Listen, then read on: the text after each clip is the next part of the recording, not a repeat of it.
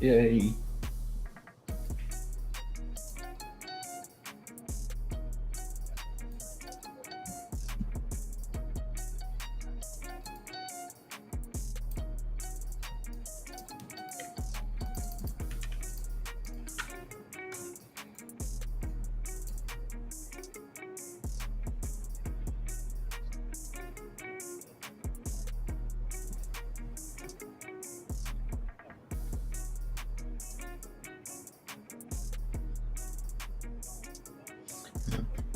I don't I don't know if this is I don't know if this is different in other countries, but I do get the like every time I have to go to some medical thing, it makes me just never I hate it.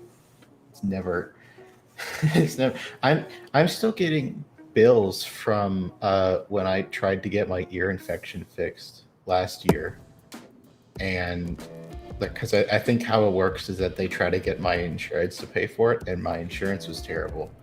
So eventually they would hear back, and the insurance would be like, no, we're good. And then they would send the bill to me.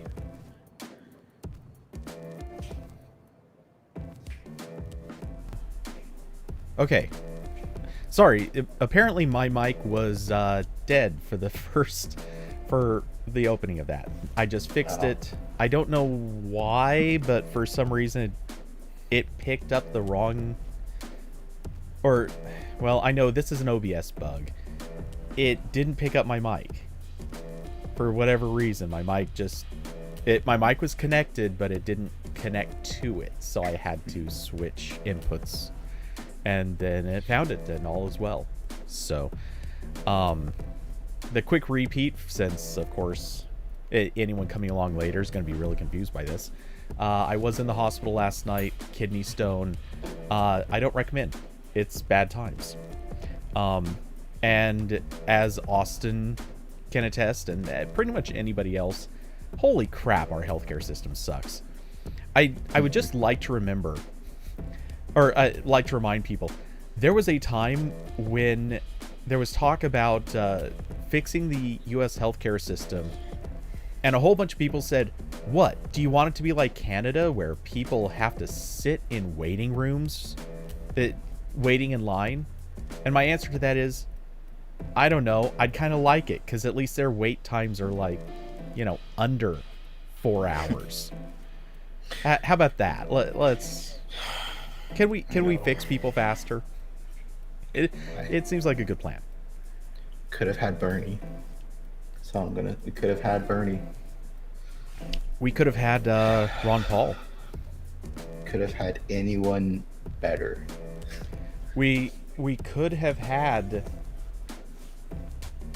Well, we could have had Hillary. So okay. I mean, yeah, things aren't always good. No. But just remember, someday we could have Mark Zuckerberg, and all will be really bad. Let's not do that. I feel like he checked out. Like, I know he was angling for that for a while. I think that ship had probably sailed like 2 or 3 years ago. I agree. I think he was interested up until he realized, oh wait, people are not going to be nice to me just because I'm president. Especially since like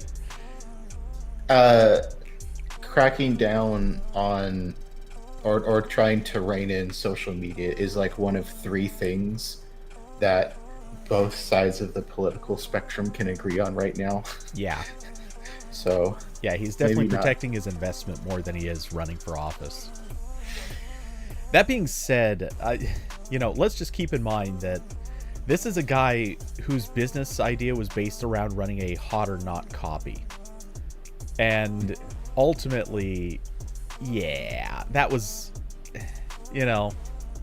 I don't feel like he has good ideas or good decisions. He just got really, really lucky over and over again. And he hired and mistreated lots of really good developers.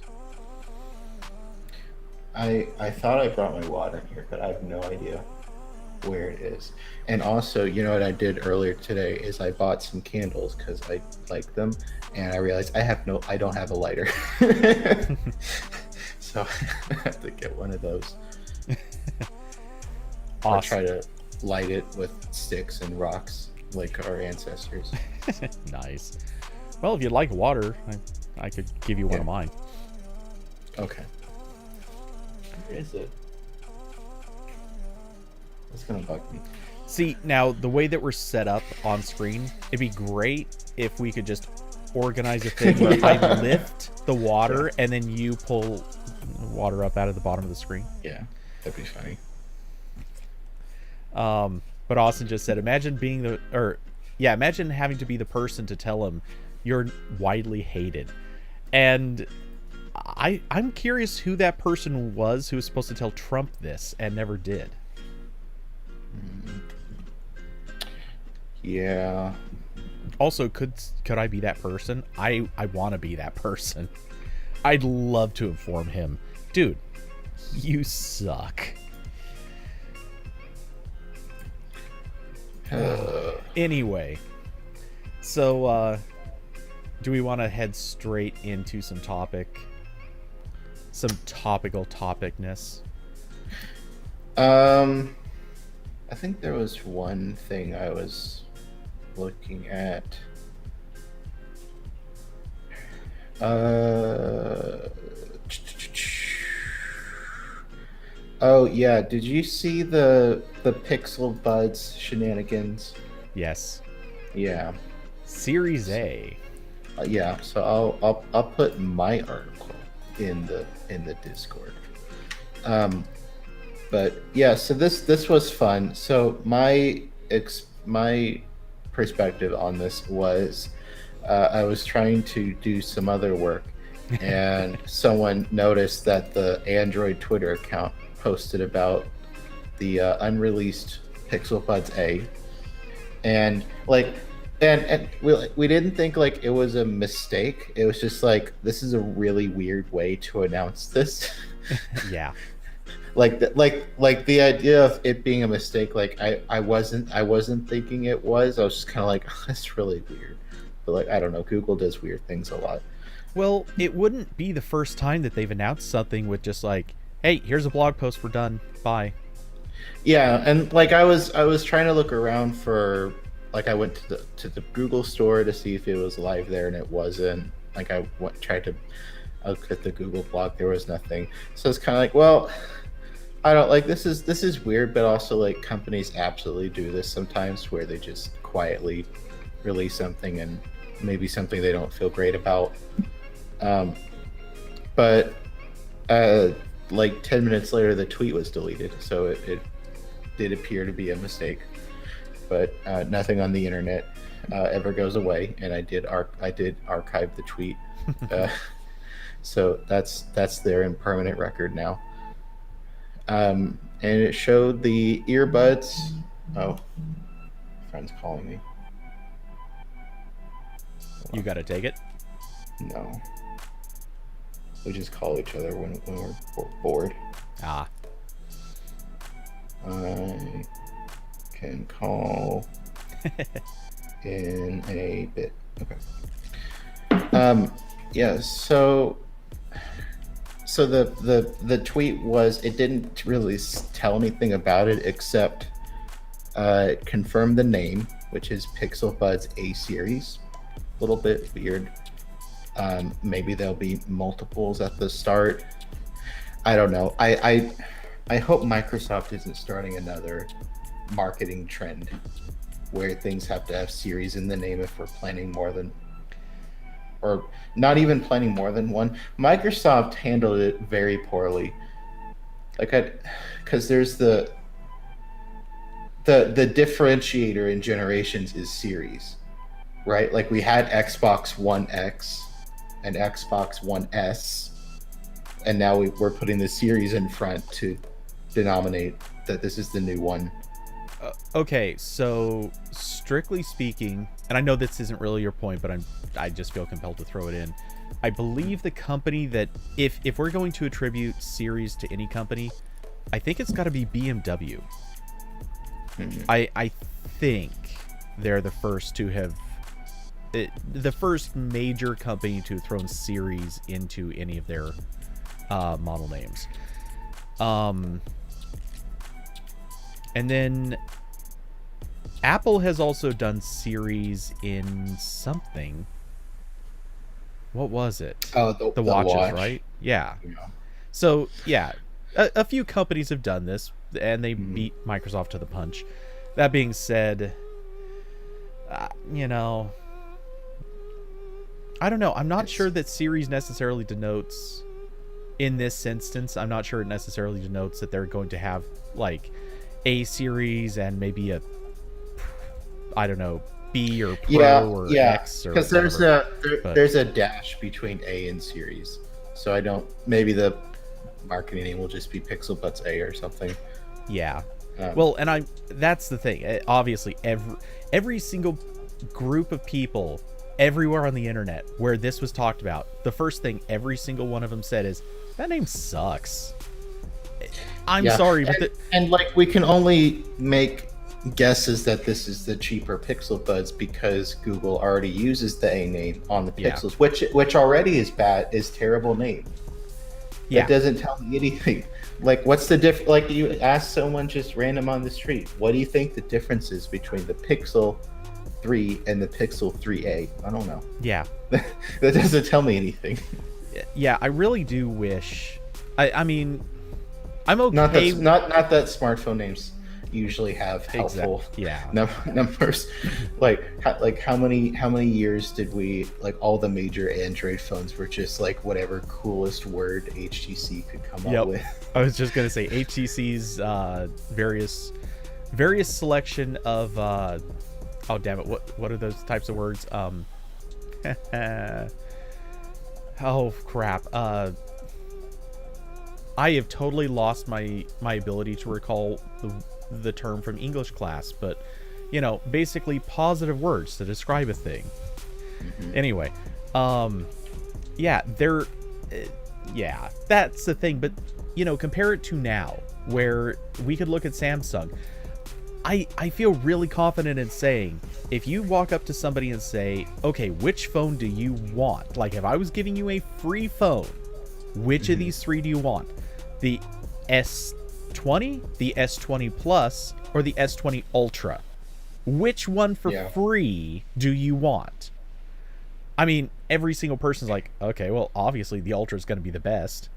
They'd be surprised, as it turns out, but you can tell in order which ones of these are the ones to have. I like how you picked possibly the only example of Samsung having a good naming scheme, because I think they're just as bad. Like, okay, in all honesty, I don't know what the S21 lineup is, so that's they're just like on all their other phones, they're just kind of running out of letters. Oh well, yeah, there is that, and there's no denying, once you get outside of the S21 portion of it, like, yeah, their branding falls apart too. Yeah. But with Google only having technically two, I guess, series of phones, it seems like it should be easy. And they could go with Pixel Pro. They could actually say the Pixel 5X and the Pixel 5a. Like, any person could probably figure out, well, historically X is the cool letter in branding, so that's obviously the better one to have. Like, these things are good little indicators, but then they just have a number and then later they come out with that number with an A on it.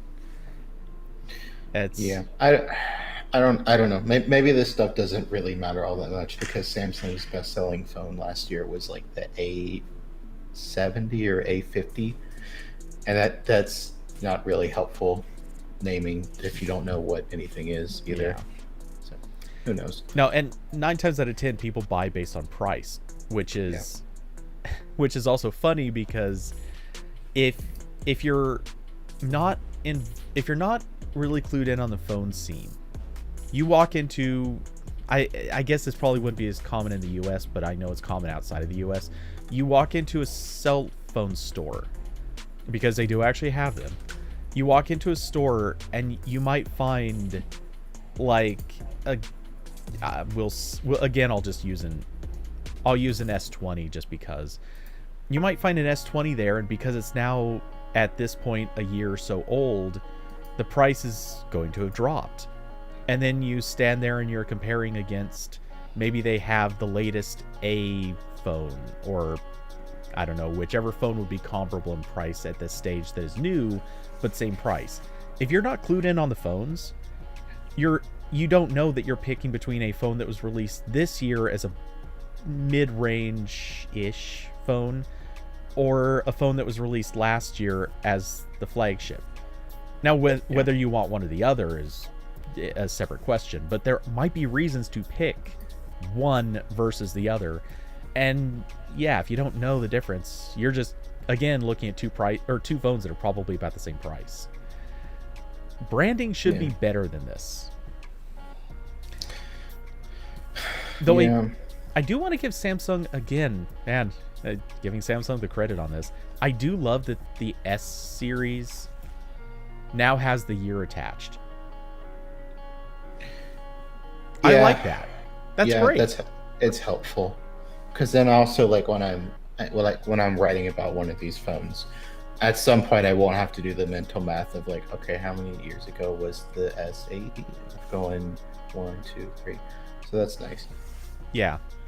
Yeah, so everything since the S20 is now just, it has its year right in the brand. That's our model name. That's fantastic. Please, everyone do this. Look, when Windows 95, or when Microsoft did it with Windows, like, it was a little tacky and cliche. It got a little overdone for a while. And now I think we're coming back around to, you know what? This is good. Let's please do more of this. People don't like trying to figure out years that products came out, but we always need to figure that stuff out. Yeah. So the Getting back to the buds.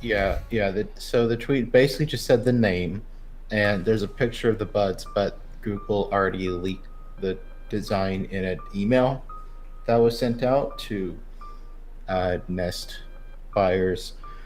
So that's about it. There's nothing, and also it confirms that it has the Google Fast Pair, but that was never really in doubt. So yeah, these still aren't real, but you know, someone messed up the scheduled tweet, and presumably they'll become. I feel like if they're already putting in the scheduled tweets for this, it has to probably show up soon. Well, yeah, the theory that was getting kicked around in AP was this was probably intended to happen probably at a specific time shortly after the keynote at Google I/O. So they were intending it to be like in 2 weeks to the day. That is right? 2 weeks, I think. And possibly even to the time. And someone just screwed up on the date. Which, it happens. It shouldn't, but it happens. My question really, and obviously we don't know this for obvious reasons, but how do they make these, if these are going to be budget, how do they make these more budget than the existing Pixel Buds? Obviously, yes, lower the price, but what corner can they cut? I don't understand. I'm already not super interested in the Pixel Buds, but I just can't imagine where they're going to cut a corner to magically say, oh, these are the cheaper ones. Well, did the current Pixel Buds have like Qi charging in them? Because that could be honestly one. There is nothing I could answer about the Pixel Buds. Let's go to the Google store. Since the original version of the Pixel Buds, I have Pixel Buds in my head as the product that you'll never want to buy. I've never had them.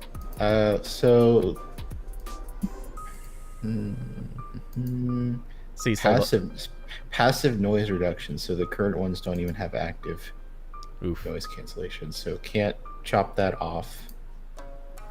5 hours of listening time. That's typical. Yeah. So the Pixel Buds have Qi charging, so they could cut that out, save a few bucks. Maybe cut out some of these sensors, but I don't know. Yeah. It's or maybe like they're gonna discontinue these and just cut out a tiny bit and only sell the A's. Oh yeah.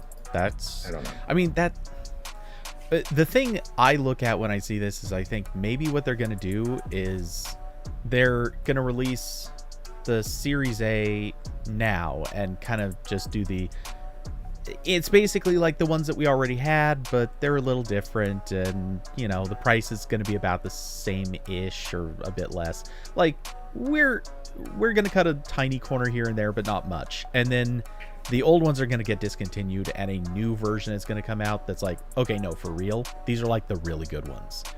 And then they will actually have some separation in the market. In theory. Maybe.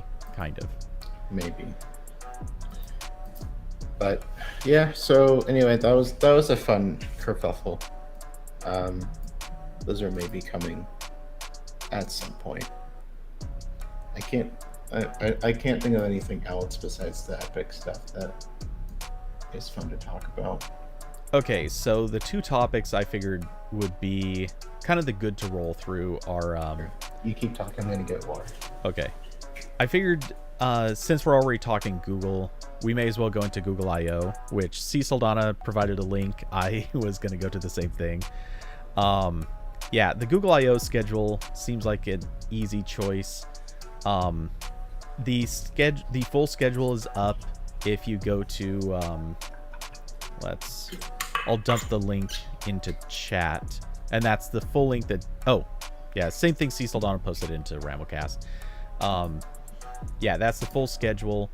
You can filter by topic, as you pretty much always can. I haven't looked through a lot of this yet. To be perfectly honest, I'm really curious if there's going to be any big revelation territory. I was kind of trying to poke through, and some of their stuff just has nothing of value. But I did get a good laugh out of, if you go into the Android section, or you could look around in, let's see, is this mentioned in any of the other setting or filters? I don't think so. Under the Android section, they have create your first tile in Wear. So on the plus side, yay, I guess they're still doing sessions for Android Wear. That's a sign. And the sad part is they're suggesting something that's Android Wear related because, like, I think, okay, sorry to go this route, but I think so many of us were really hoping Wear was just going to get a massive rewrite. Mm-hmm. And if that was the case, I think a lot of us also assumed that tiles and everything else were just going to kind of vanish and new things would come out. So holding a session about how to create your first tile just makes me feel like, oh, that means they're probably leaving Wear about the same. Yeah, I'm conflicted on this because, like, when I use a Wear OS watch, like, it's fine. Yeah. There's nothing about it. Like, I don't get the same feeling I get from, like, Windows or most smart TVs, where I'm just like, tear it all down. There's almost nothing of value here. Just wipe it clean. Like, Wear OS is fine. It just needs Google they need to go in and update all their apps for it. They need to either get the Google Assistant working on all the watches or just take it off because it doesn't work on a lot of them well. So, like, it's fine, but also, like, that stuff they could already, well, they could have been doing it years ago, but if they're not, I kind of assume that we weren't going to hear anything about on the Wear OS front until after the Fitbit acquisition went through. Like, because by various laws, companies can't, like, sort of like act as if they're a merged company yet until all these legal challenges go through, and all those are done now, right? The EU dropped its lawsuit. I think Australia was looking into it. So, if they were going to announce something big, it probably would have happened already by now. So that combined with the I/O panels, it seems like there's not going to be a massive rewrite anytime soon, which, like, is fine. But then you need to go back in and start fixing things, and you could have been doing that this whole time if rewriting it wasn't on the table. Yeah. I mean, like realistically, you could have been doing both, but, like, I can kind of get why you wouldn't invest more in a platform you're about to completely replace. Exactly. And, again, if you're holding developer sessions aiming at this stuff, granted, it wouldn't be the first time that they held a developer session for a thing that was not going to be around much longer or wasn't going to be a priority. Of course, we're talking about tablets on Android. Rest in Wow. peace, Android tablets. See, Saldana mentioned this is probably the only Wear topic, and I think that is true. But still, it stands out as maybe they could have not done that. But yeah, I don't know.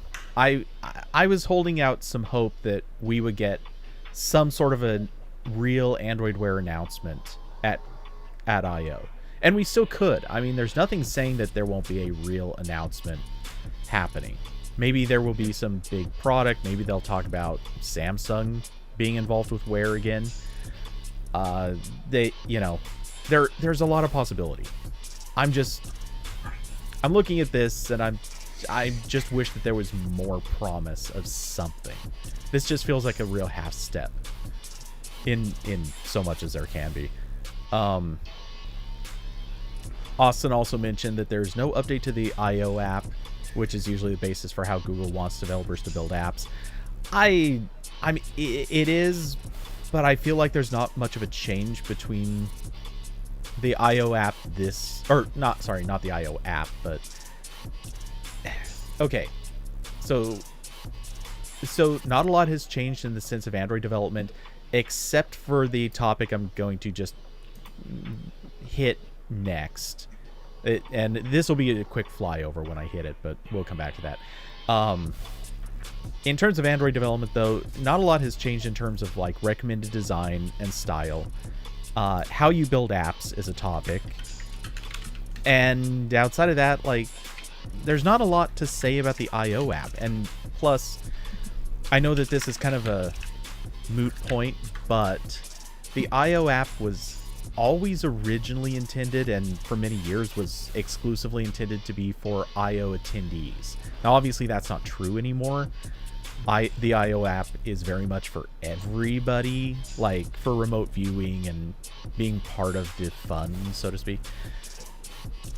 But if they're not going to have in-person attendance, it kind of makes sense it makes a little bit of sense for them to say, you know what, we're just not going to bother with doing anything special to the app this year. Yeah. Plus, it could just be a project that they just don't care as much about anymore. I don't know. Let's see. Yeah. So that thing I was going to mention was about building apps. I noticed, let's see, on the first day there's an AMA for Jetpack. On the second day they have Jetpack Compose Basics, a workshop. They have another AMA on Compose. They have a workshop on Jetpack Compose Basics. I know there were a couple more. Oh yeah, more stuff on Thursday. Yeah, they're definitely pushing Compose really hard. Oh, these look like oh no, these are just more workshops on Thursday of the stuff that was on the first day. But yeah, they're pushing Jetpack hard. Mm-hmm. Which makes sense. I mean, it for the first time basically since Android came out, Google has finally stopped and said, "No, for real, here's how we want you to build apps. Just trust us. This is the way you should build apps." We've gone this whole time without Google actually coming right out and saying, "Look, we have a prescribed way of doing this." Just like Apple, everyone loves Apple because they have a prescribed way of building apps. They're serious about it, and every once in a while they might give you two ways, but when they give you a second way, it's because their second way is always going to be the next thing that they prescribe. So, you can either keep going the old way or use a new way. Well, we're finally giving you our first real way. It's not just throwing everyone to the wolves and wishing people luck. So, cheers, I guess. I'm happy to see this. I think it'll make development better in some fashion. Yeah. Yeah, and Carson brought up Google just announced some Android tablet news today. Kind of. Yeah, I saw it. There's a little bit of confusion because Google first it seemed like Google was going to roll out a different home screen for some Android tablets that looked a little bit like the Google Chromecast homepage, where it kind of showed content, and then you scroll down enough and there are your apps. But then a couple people got clarification, and it's basically just a replacement for the Discover feed Oof. on those tablets. I mean, that's not the worst idea. I think that's a good idea, but No, I mean, so first of all, I don't care about Discover. It's terrible. yeah. I hate it for multiple reasons, but I don't know. I don't know. It's weird because like tablets are media devices, so it kind of makes sense to have a different experience for them. And I sort of like the layout on the Fire tablets, which is also, I'm sure, part of the inspiration here. But the thing with the Fire tablets is that entire interface is just for Amazon services. Like, there's nothing that plugs in. Like, there's a page for books, but it's your Kindle books. And then there's another page for like things you can, movies and TV shows, but it's only from Prime Video. That's it. So I don't know how this is implemented. If it's kind of the same thing, it's not great. But again, like if this is just a page, if you hate it, you could just install a different home screen and it's fine. Which you can't do on Fire tablets without a lot of work. Yeah. No, this is one of those things. Honestly, I'm not against it. I'm not really strongly for it, but I gotta say, I do see some benefit to actually giving people more of a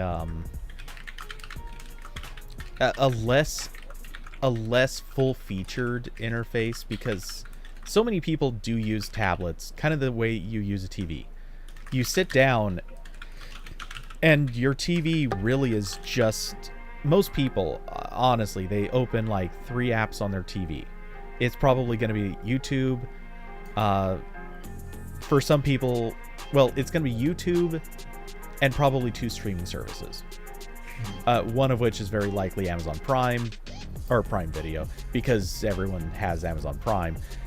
And the other one's going to be Netflix, Hulu, HBO Go, or Now, whatever their thing is. Or, pick the other one. It's going to be one or 2 of these. In Curvy Mermaid's case, it will be one of several. But yeah, just when you pick up a tablet, you're probably playing 1 or 2 games.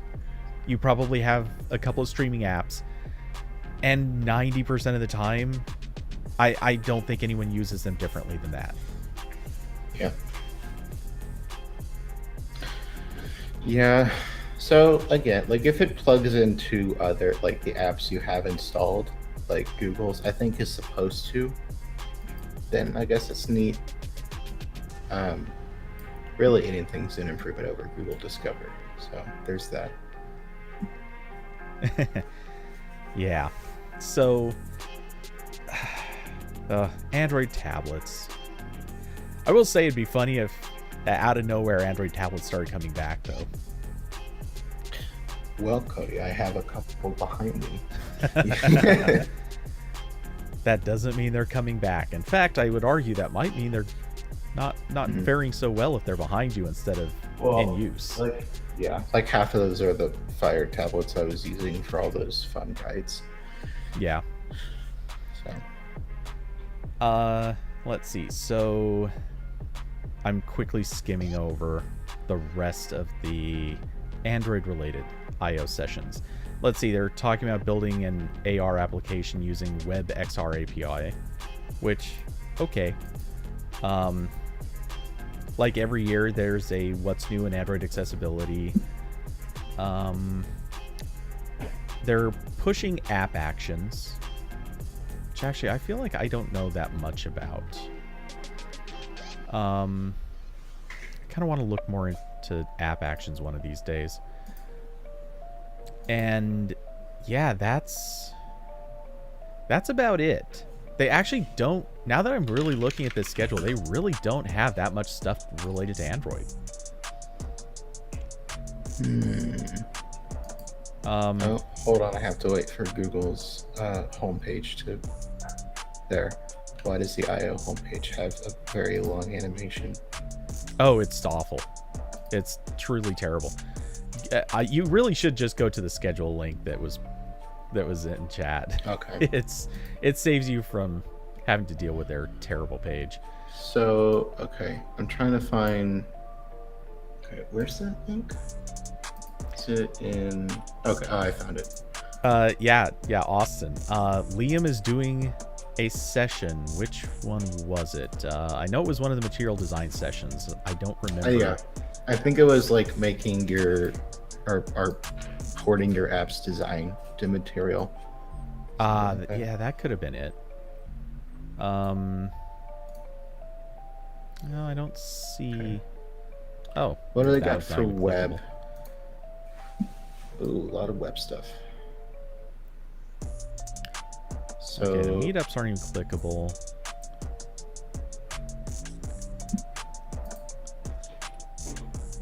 I might have to get in one of these Q&As and beg the Google people to let me publish PWAs in the Play Store without compiling them in Android Studio. Because I'm getting tired of crying about that online. I need to be more forceful. Sorry to everyone who's watching this stream as I'm flipping through pages really rapidly trying to find Liam's name, but somehow I've clicked on almost every single session here and I still haven't found it. Oh wait, no. Okay, this is... I am on design, right? Yeah, I'm on design. I didn't find a schedule in here, which probably just means that they're... Yeah, I'm not filtering on anything else. Oops. Let me just turn that on. But yeah, I saw that he was going to be doing a session. I found one. No, I'll put it in Ramble. So there's one, 5 things you can do to prepare your app for large screens. I think that's the only one I see with him. Yeah. Okay. So, wait, what day is that on? That is... It doesn't say. That's awesome. Okay, I didn't find that on the day 1 schedule. Oh, wait, this is... Okay, this is a full page that shows, I think, all the days. Is that right? Yeah. I'm searching for that on their program, on their schedule. That I'm only allowed to watch Liam. It's not actually showing up when I literally search for that name. 5 things you can... Yeah, things you can... Yeah.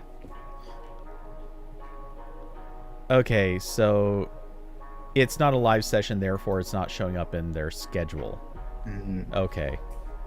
So I guess over to all content. Yeah. That's what it's going to be. Because they have so much stuff in this list. Which, now that I think about it, that basically means that the schedule page is kind of irrelevant because it doesn't actually include anything of real value. So there's like 3 things in here just for Project Fugu, which is the name Google uses for all the native like APIs they're putting in Chrome for web apps. Mm-hmm. So that's kind of interesting. And then they have a couple. They have one for using TensorFlow on the web. They have one for AR Core because that can run through the web with WebXR. Okay. Yeah, so To Austin's question, are most of the non-AMA sessions going to be live? Um, it looks like if it's not an AMA or like an open discussion or workshop, then I think they pre-recorded all of it, and that's what's the page that you're seeing right now. That's like all of the stuff that's just going to get released, probably in one huge dump. I assume all of this stuff has been pre-recorded and it's ready to go, and they're just suddenly it's all going to go live on the YouTube channel all at once, which is going to make my subscription page absolutely dumpster. I do not look forward to that. I may actually unsubscribe from the Android developers. Channel. There's a reserve for the AMAs. Okay, that's interesting. Yeah, which why? I guess maybe if you want to you want to try to ask questions or something. Yeah. Okay. I'll look at this later and figure out which ones I want to try to talk in. Or ask questions in, I should say. I admit there's not a lot I want to ask questions about these days. Not stuff they would answer. Huh? I want to bug them about the Play Store. Oh, see, the thing is, there's a lot of stuff I'd love to ask them, but they would never answer so much of what I would ask. Yeah. I mean, at this point, I kind of want to hassle them about how they're treating developers. Where's the Pixel Ultra? That too. Yeah, that would be a good one for like a general AMA. Like, hey, why do I hear a horror story about someone can't like reach a human inside of Google like every 3 weeks at least? I mean, hell, stick around Reddit, you're gonna see that complaint every day, literally. Yeah. Or any of Google's complaint forums. This happens all the time. But yeah, I'm, setting aside the ridiculous scenarios like the Terraria developer. I think that's how the game's name is said. Like, yeah, he was a special case. But so many stories of so many terrible things happening. And it's like, they've got to do better. They have to do better. And it just never happens. And every couple years, they get up on stage and make a new commitment. They're going to do better, and they don't. But to be fair, the thing is, like, if you look at all the people who are going to be talking, if you look at all the AMA content, if you look at everything, the truth of the matter is, none of those people have anything to do with those problems. The problems that are coming up in the Google Play Store, it's like the people in IO are they're usually like the defined like developer advocates that aren't making those decisions. Like they can their job is to tell you how to develop something and to tell you here's a new technology, we want you to develop with this. Their job is not to say, oh, here's a new policy that we're going to start enacting, we're blah blah blah. Like the policy decisions are happening with an entirely different group, and enforcement is completely divorced from what these guys do. Yeah, I should email them and ask if they want to show off PhotoStack as an example of those new APIs. So I'm using all of them. Yeah. Except WebAssembly, because I'm scared to learn C++. It's as bad as you've heard. No, I used to love writing in C++. It was actually my preferred language for the better half of a decade, I'll say. But yeah, I don't want to go back to writing C++, really. I mean, I'd be okay with it, but yeah. Like I've got the API that shows a little indicator on the app icon. I'm using the app shortcuts. I've got the web share API level 2, which lets you send files to installed apps, not receive them though. I tried doing that and it seems like it wasn't really built for something that runs mostly locally. So I haven't played with that a lot, but It's using all those fun APIs. It's great. Yeah. And I have to update it soon because Chrome added that new thing where PWAs can make the install pop up a little bit different. Like you can have like when you hit install in Chrome, it can have like a pseudo app store listing show up with like screenshots that the developer can set. So I gotta try that. But yeah, super fun. Austin said, "What's Fuchsia?" Yeah, still waiting on that. Yeah. No explanation. I gotta admit, I'm not holding out a lot of hope for ever hearing about it. You ever work on something for 5 years and whenever someone asks you what's it for, you just tell them to go away? Yeah, hey, we're working on this super awesome, cool new project. Maybe not new anymore. We've been working on it for about 5 or 6 years. Oh, awesome. What's it do? Shut up. I don't know. Yeah. I don't know. What do you want it to do? Yeah. So there are a few groups in Google that are testing it, that they're thinking about using it for their stuff. Oh, that's great. Have they come out with products? Shut up. Go away. Yeah.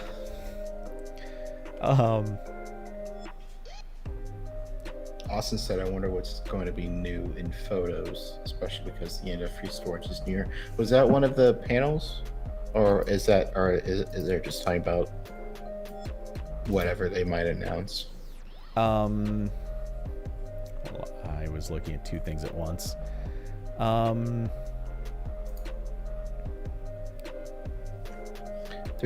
Why is there not a search? There's just filters. I wonder what's going to be new in Photos, especially Google's because... a search company.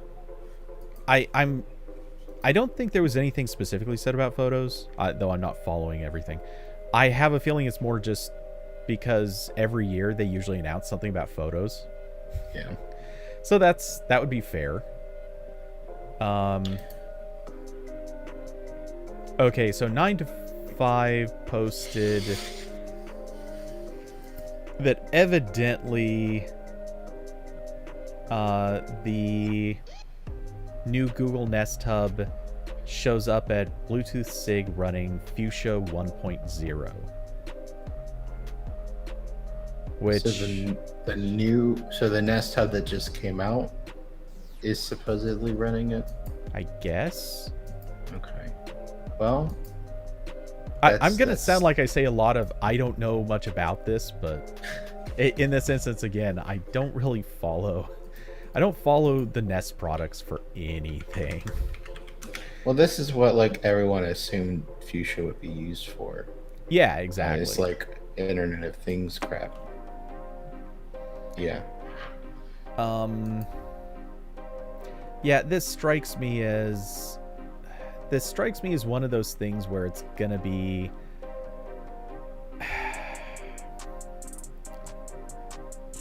okay, so I know that this is gonna be kind of a weird point to make, but will it necessarily actually come out running Fuchsia?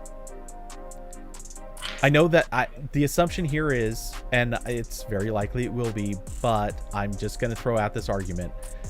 Are we sure it's actually going to be running Fuchsia when it is a final product? Because products do sometimes go to these organizations for confirmation running different software than their actual end product is going to be. And that is entirely legal under their terms. Yeah. I forget what it was. Like, no, what was it?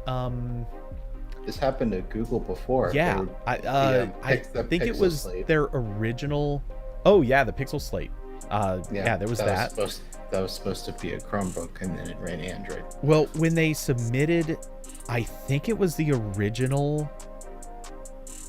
I want to say the original Android TV device. I believe that was running completely, like, wildly different software when they submitted it to the FCC. What else was there?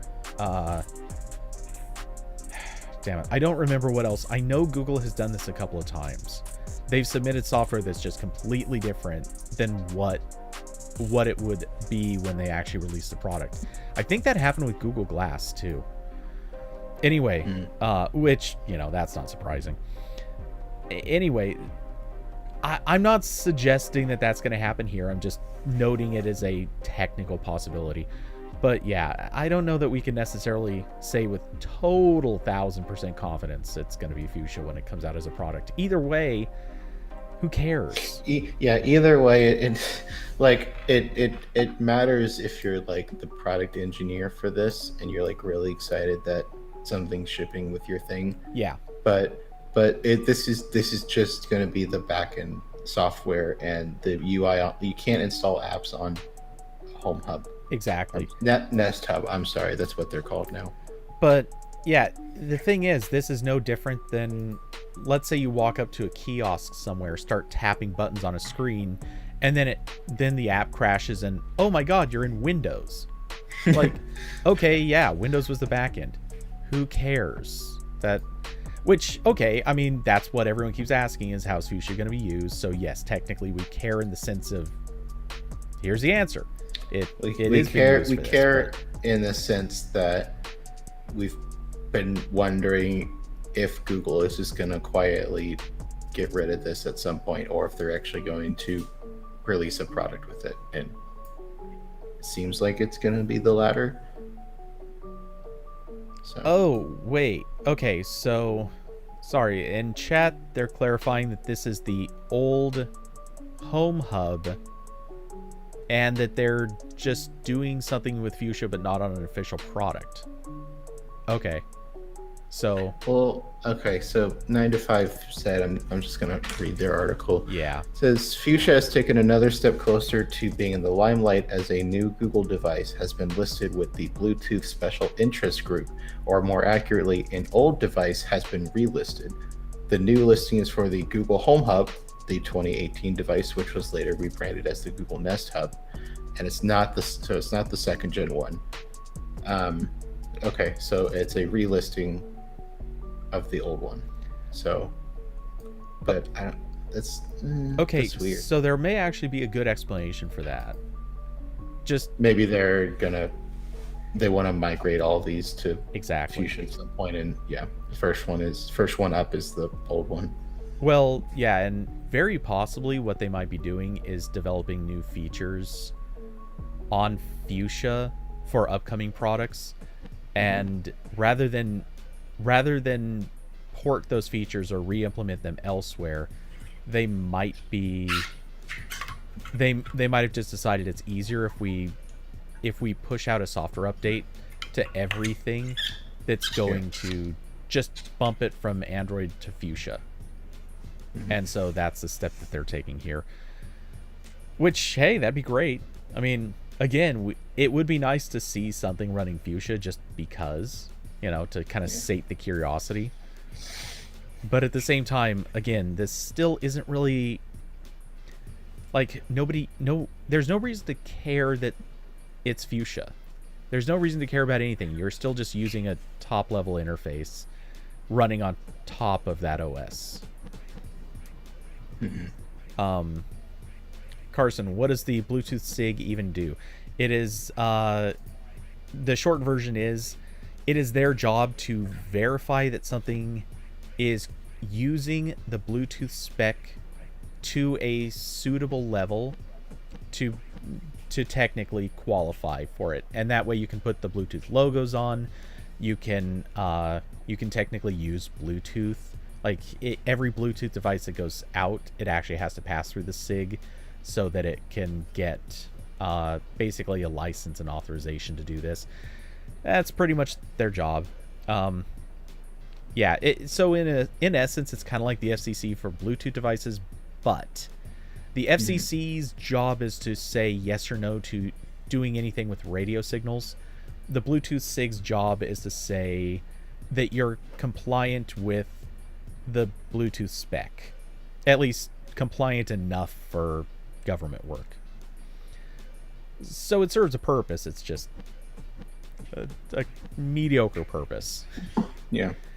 Austin said, "What kernel is the cast platform based on?" I'm like 99% sure it's Linux, because I think Define cast platform, because like the the Nest smart screens use the same core software as the Chromecast. okay, So that's where because Google's weird, right? Even though they had a Android IoT operating system before this, they were like, "Hey, that thing over there can do things. Let's put a touch UI on it." yeah. Well, yeah. When I read cast platform, my brain goes to more the protocol than the actual hardware. But yeah, Yeah. that's fair.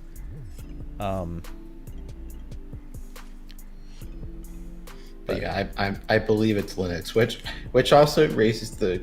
I'm interested to see if like any home hubs get accidentally bricked, because trying to do an OTA upgrade that switches operating systems is probably difficult.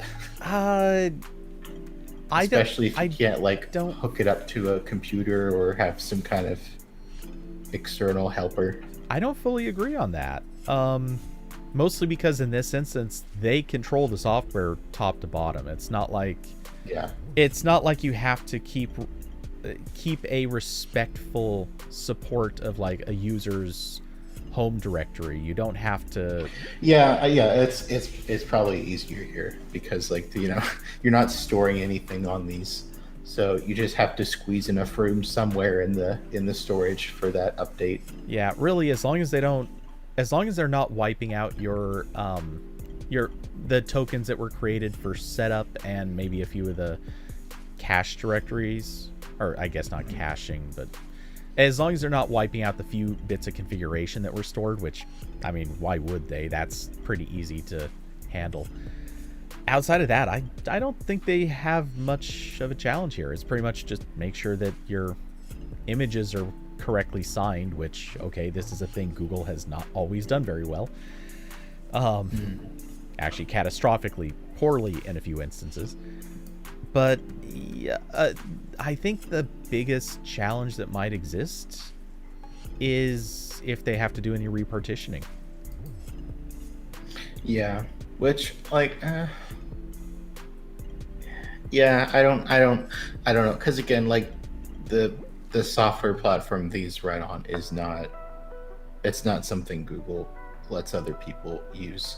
Yeah. So it's kind of like we're talking about, like, how do OTA updates work for the PS5? Yeah, exactly. I don't know. Yeah, Sony could change the operating system on any of its consoles at a moment's notice, and no one would know. Well, I guess maybe some developers might stumble onto signs of it, but yeah, for the most part, it can happen and no one needs to know.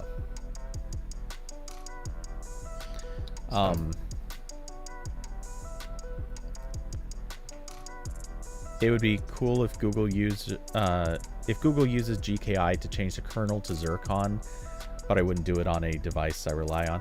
Yeah. There's so much stuff Google could be doing that the thing is, it's just almost never worth the risks. And even if it's worth the risk, does it really pay off in terms of like the work that goes into making it happen? With a device that's already been out on the market and actually basically is... Do they even sell? I don't think they still sell this model even, right?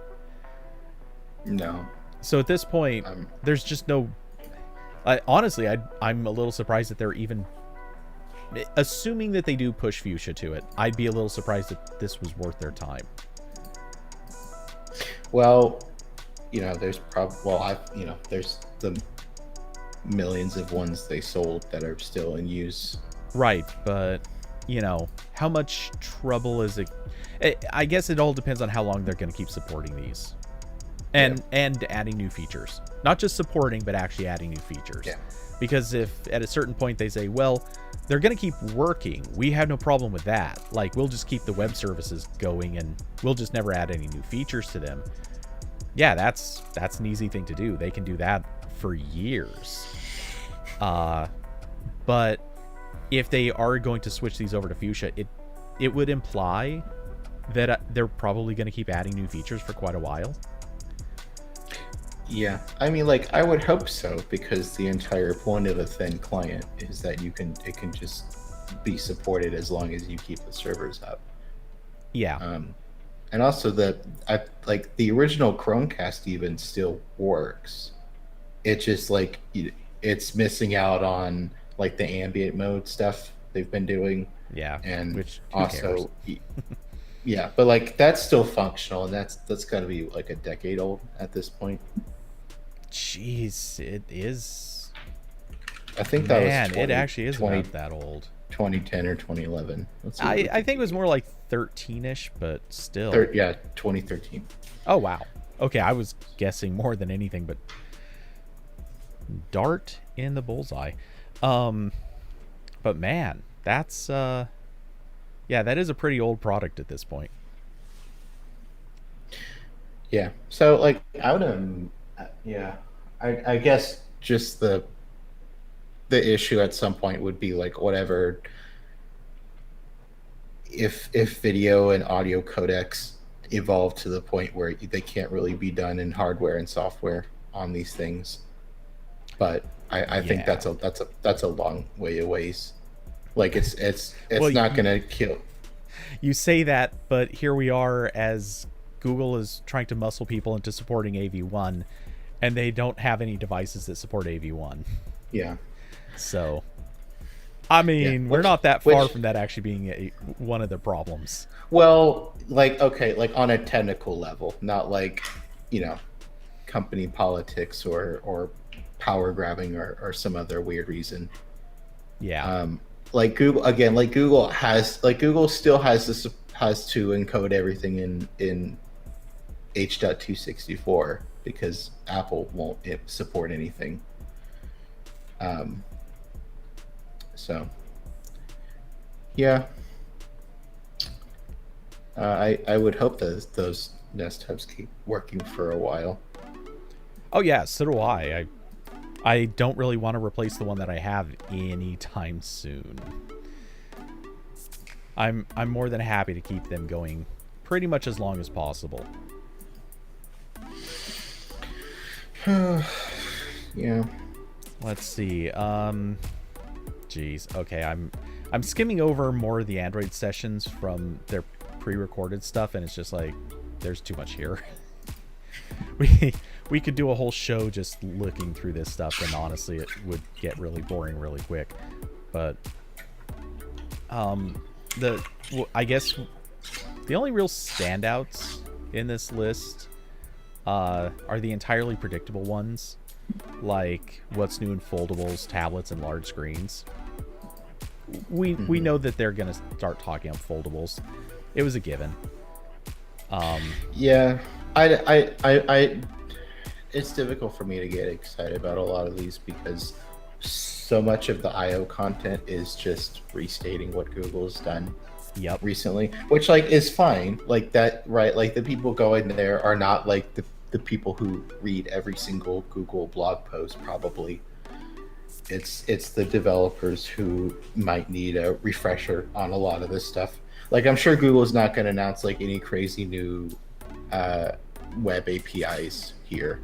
It's just going to be like, look at all the stuff we've been doing for the past year that most of you aren't using yet, even though it could make your stuff better. Yeah. So like, if usually if we get info out of these, it's like a little like tidbit halfway through where they're like, oh yes, we're working with, like, I want to say in like the I/O 2019, I think there was a bit where they said during one of these events that like we're working with Samsung on foldable Android, and that might have been new at the time. Yeah, it's like little stuff like that. That's usually the new information we get from these. So we have C Saldana wanting to call you out to answer this one. 9 to 5's post about the Google engineer calls out Apple for holding back the web with uniquely underpowered iOS browsers. Do you have any thoughts? I The saw link is in one. RambleCast. Yeah, I saw one of the 9 to 5 people tweet this out. So I'll read some of the quotes. Let's see. So Russell calls WebKit and in turn iOS browsers uniquely underpowered compared to modern browsers.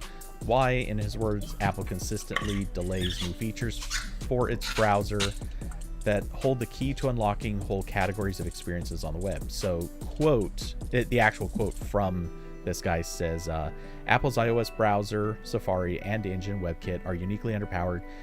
Consistent delays in the delivery of important features ensure the web can never be a credible alternative to its proprietary tools and app store.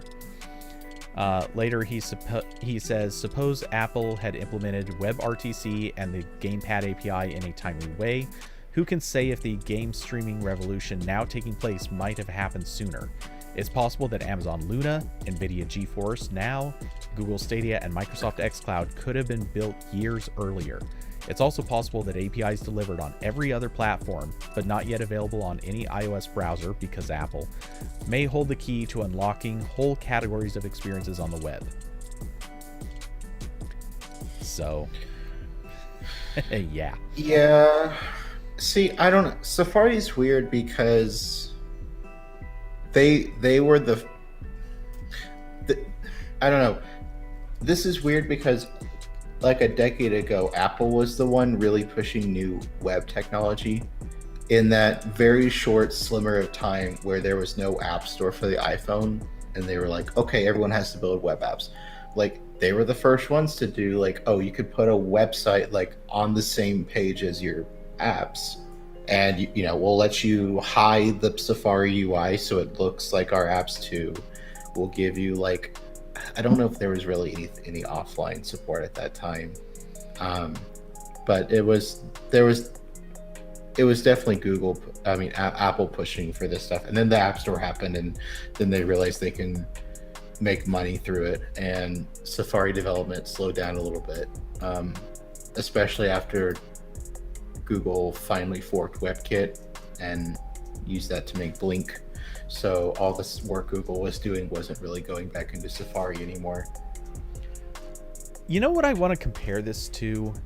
Or not compare, I guess kind of take a note from, which we're, I guess, probably going to dive into this in a little bit.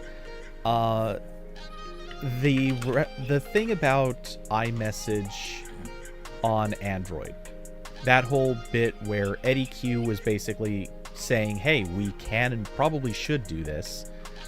Meanwhile, Craig Federighi and others at Apple all basically said, yeah, but this is a competitive advantage for us, let's not. If you kind of boil that down and distill it into from a separate point of view, the way I see it, and obviously a lot of Apple fanboys really look at the company this way too, there are a lot of competing viewpoints on how to do things. And I think you have people who still look at the iPhone kind of as it originated.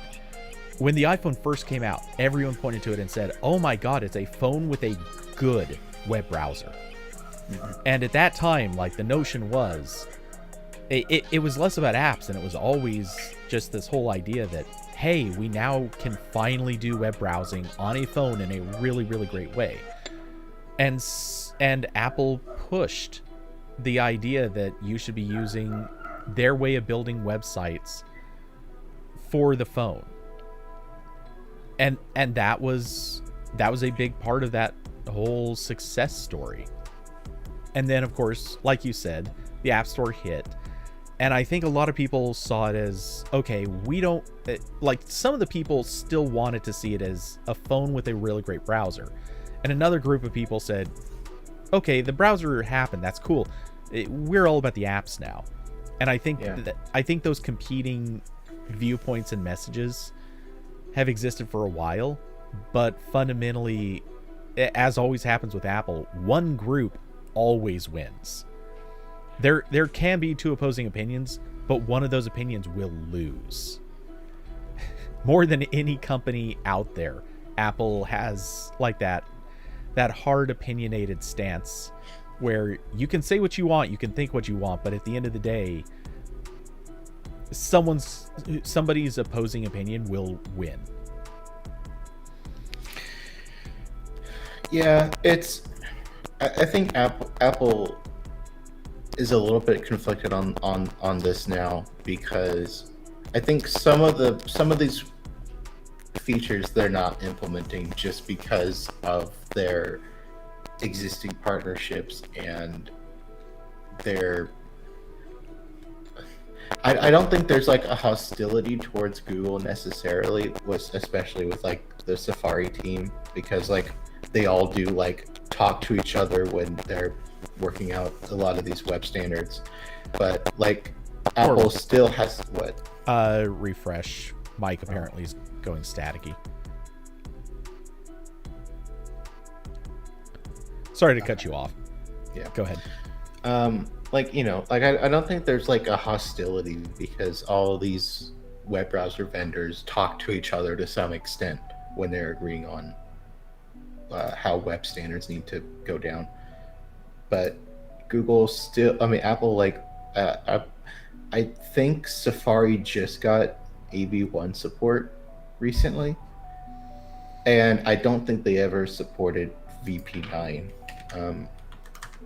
Like, and like, this is like, I know it's because I think Apple's like close with the MPEG group or something. But it's like, come on, guys. Okay. No, I'm sorry. AV1 is not supported at all in Safari still. Really? I thought it was.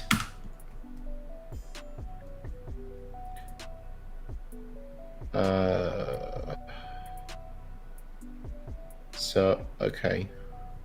I guess I'm seeing conflicted stuff. I'll look at that later. But, yeah, like they're not so slow that, like, I think they're impacting a lot of web stuff.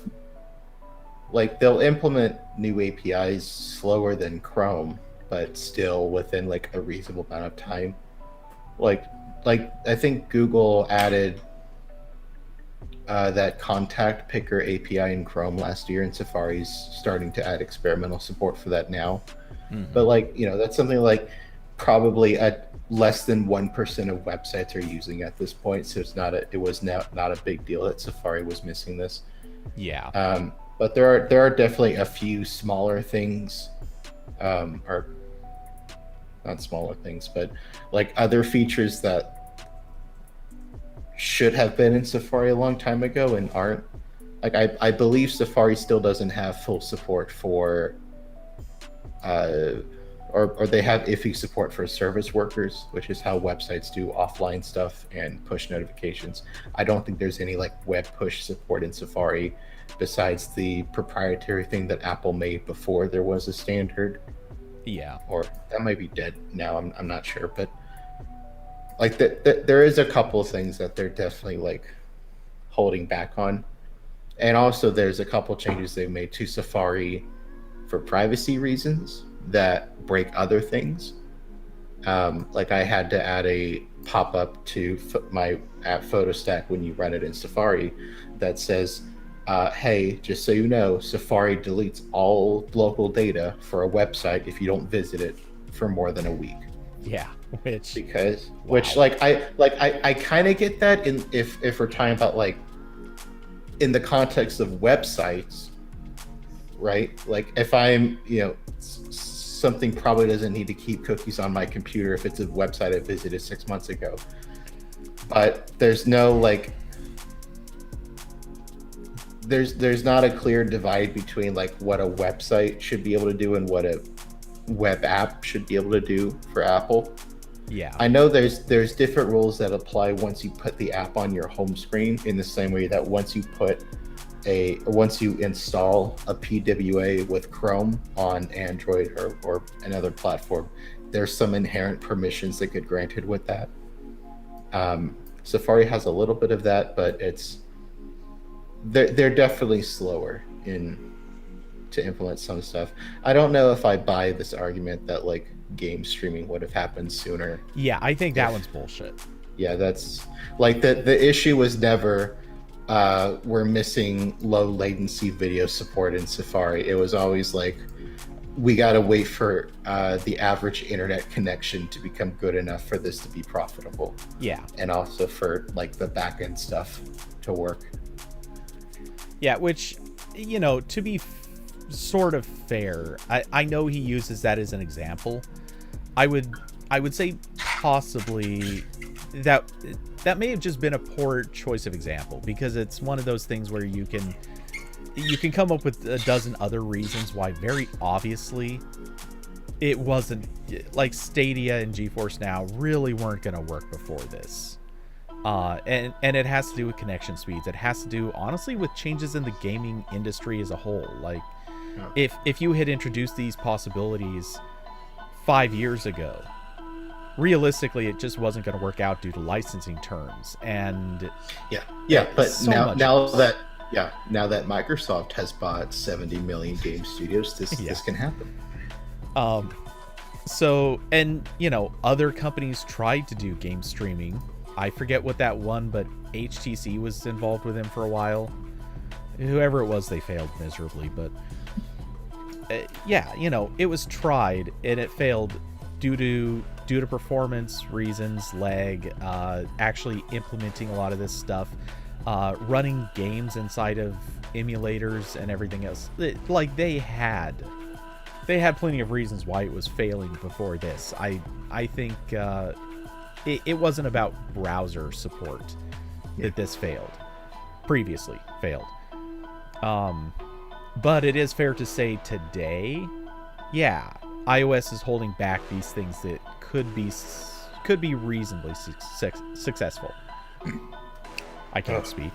It's a thing. Yeah.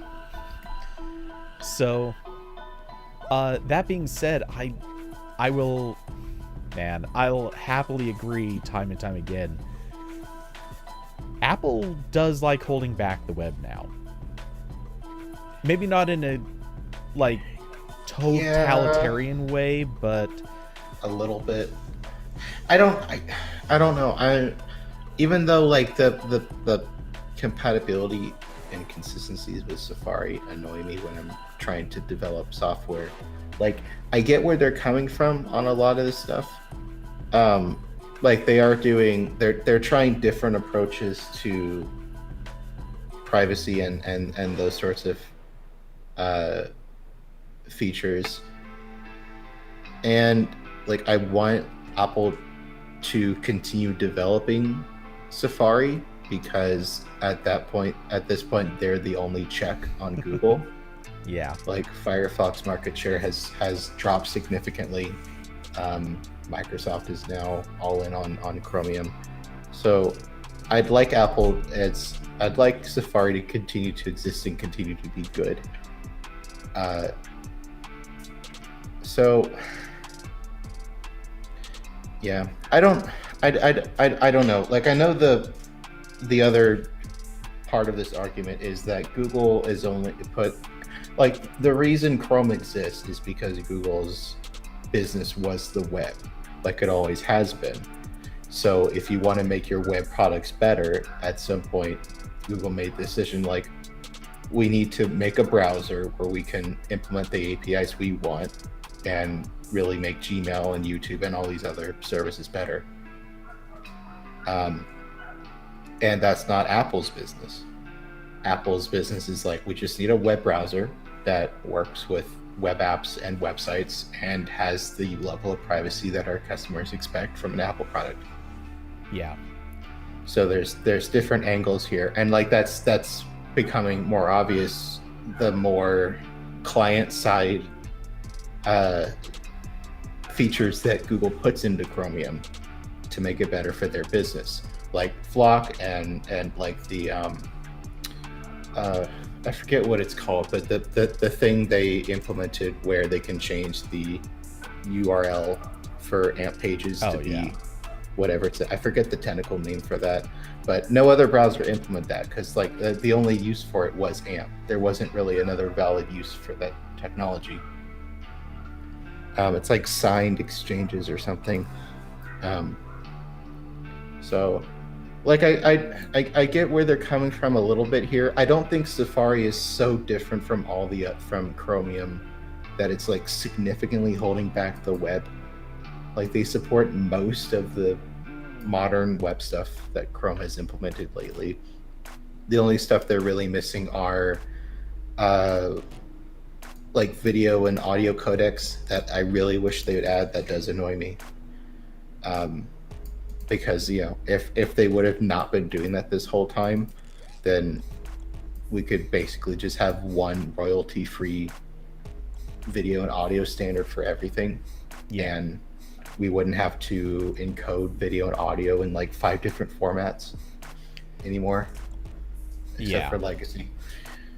So like so it's just it's smaller stuff like that I don't think significantly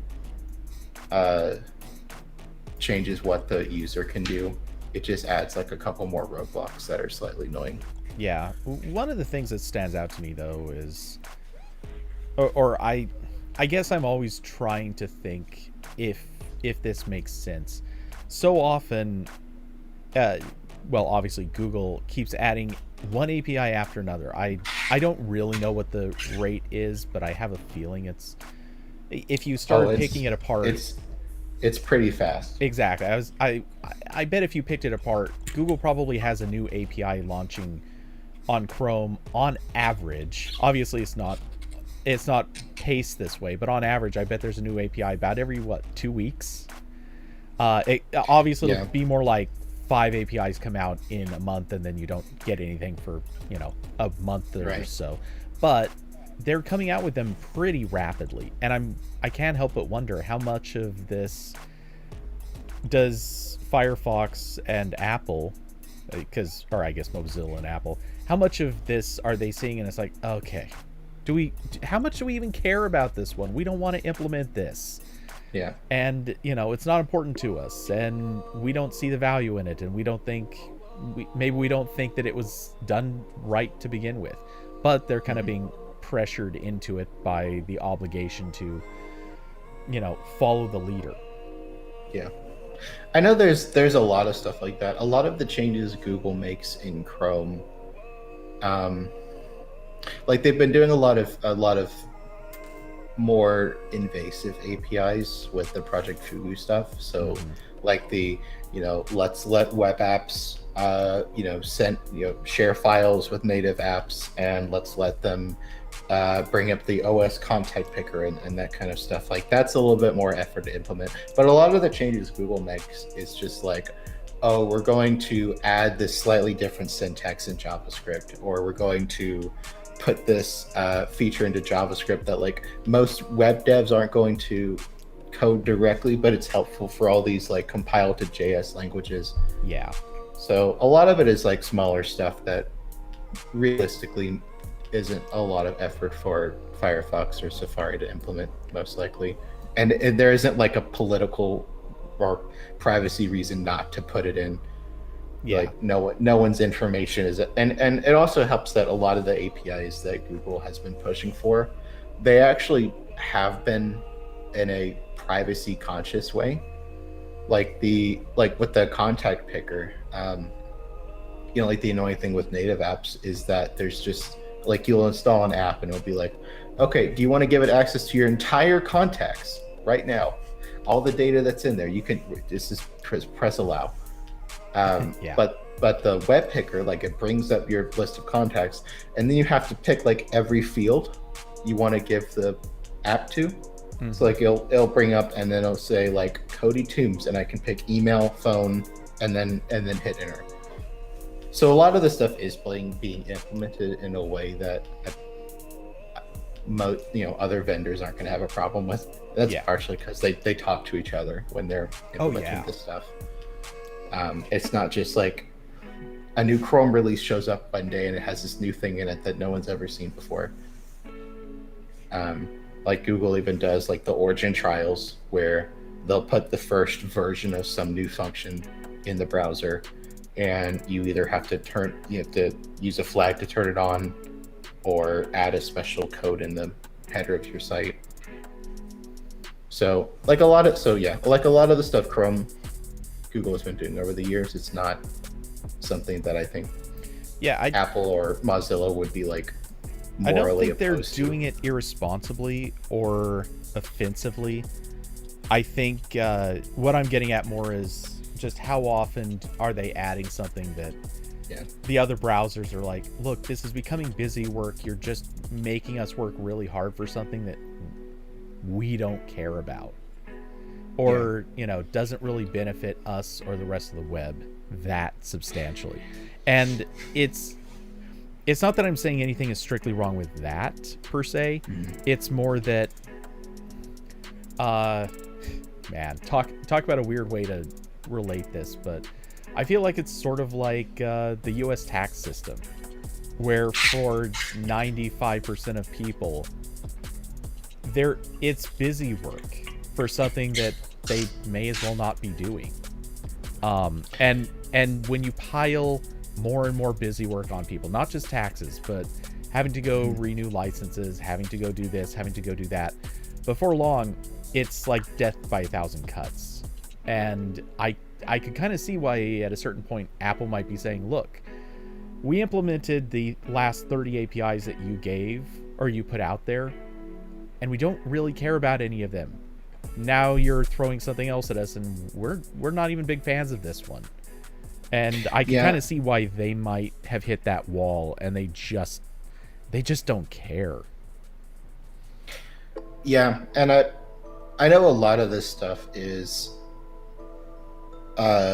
things that are being implemented just so that the browsers themselves don't appear broken or won't break at some point. Like with all the new language features that are going into JavaScript on Chrome, like at some point the websites will just stop working right if the browser hasn't implemented the new syntax and the new features.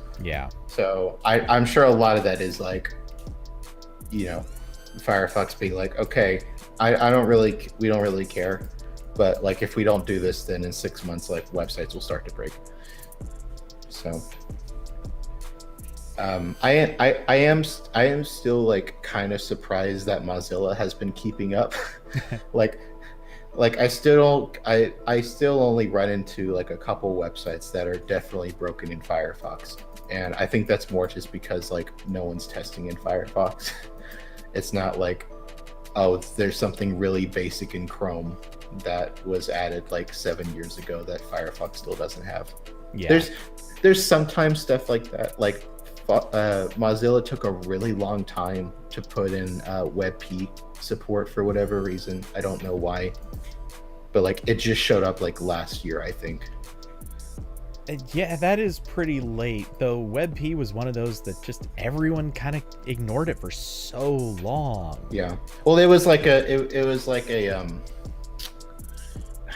really being used like an image format. It was just like a delivery thing. Like it was something that like Cloudflare would send to your browser if it thought it could load it. And that was what everyone used it for. Yeah, man, image formats, that's one that has driven me crazy for a long time, because about every year some new image format gets hyped up as this is the next great image format, everyone's going to switch to it, and then it never happens. And WebP was one of those image formats at least a couple of times, and it just never really comes up because no browser wants to implement the latest and greatest thing. And because of licensing terms for half of them, they won't become that thing. And then because Photoshop will never support any format ever, screw you Adobe, we just end up never replacing any of the image formats that we use all the time. Yeah, my favorite thing is when I get a WebP image and I have to convert it just to upload it to WordPress, because WordPress doesn't support. Which, I guess it doesn't, or it just gets turned off in whenever I have to use it. But I think if I recall, I think WordPress itself doesn't support it, but a lot of sites do implement or they install some sort of add-on or plugin that does. Yeah. Regardless, it's just another one of those things. Like, there's no good reason WordPress shouldn't support it. It just should. But here we are. Or just yeah. So in conclusion, I don't know how much of Safari not implementing stuff is malicious. It's just sort of like Apple has different priorities. Yeah. And I don't think like they're all necessarily bad. Like when I'm like from a user perspective, when I read about like the changes they make to local storage and how cookies work and stuff, I'm like, yeah, okay. That makes sense, I guess. And yeah, and again, like you said, the argument about Safari was somehow holding up cloud streaming. No, especially since like the streaming apps, like before the recent push for game streaming, like those services were on the App Store. Like whenever what was it? Oh, not OnLive. OnLive was on. Yeah, that's the one I was trying to think of. Yeah, that's so, like, the one that worked with HTC. Yeah, so I don't really buy that Apple is like now. Of course, they are being a little bit obstructive with their weird requirement that every cloud game needs to go through the App Store as an individual thing. Yeah, for the children. Yes. It's like, okay, well, what about a Switch that tells me, tells Apple I'm not a child? No, we're not going to do that either. So, well, yeah, and at that point, though, we're not talking about like a lack of APIs or features. We're talking about a business decision. We're talking about policies, and yeah, nothing about Safari was really holding it back. I mean, even strictly speaking, like this guy cited a couple of APIs. It was what the WebRTC and Gamepad API, if they were implemented in a timely way. Look, the fact of the matter is, okay, maybe those were a bit late, and yeah, they would have been a good thing to implement sooner. But I don't think those were holding back game services from appearing. And it wasn't until game services started implementing stuff, or these game services came into existence, and then Apple said, whoa, we're not cool with having this on our store. All of a sudden, then Google and Amazon and everyone else turned around and said, okay, well, we'll just implement this stuff in the browser. Oh, and look, these things are already implemented in the browser. So I don't think that this was holding back anybody. It's just very coincidental timing that not long after their implementation, then these services came into existence and said, all right, awesome. We needed these. Thanks. It's good timing, not it's a response. Like, it's not necessarily like, this is a really weird analogy, but I kind of think it in the same way that, like, I'm not like I wasn't thinking like gas stations were out to get me when I had an electric car and none of them had outlets. Right. Like, I wasn't thinking like, oh, electric cars could have happened 15 years ago if all these had outlets. Like, no, there was like batteries were bad 10 years. Like, they're still kind of bad. Like stuff like that, where there's not one villain. It's just different businesses doing different things. Yeah. So, yeah. And yeah. So I don't think Safari's doing a lot that's like outright malicious. Like when I guess them. Like the big thing where they're like, they still haven't implemented web push notifications. And we're like, okay, I've never used those. Or like, I think the only website I've ever enabled those for is like YouTube. That's it. that's just not something that's helpful to most people, especially on like the iPhone, where I think a lot of the stuff you would have notifications on are probably in their own app. Like the YouTube app will send you the notification, the Gmail and the Google Calendar will send you the notifications themselves. Would it be nice if the web apps could do that? Sure. But it's not something that I think like breaks how the web works. I totally understand how and why we got that feature. Web notifications, in theory, are such a good thing. It's just the problem that there are, I don't know, I'm just throwing out a stupid guess.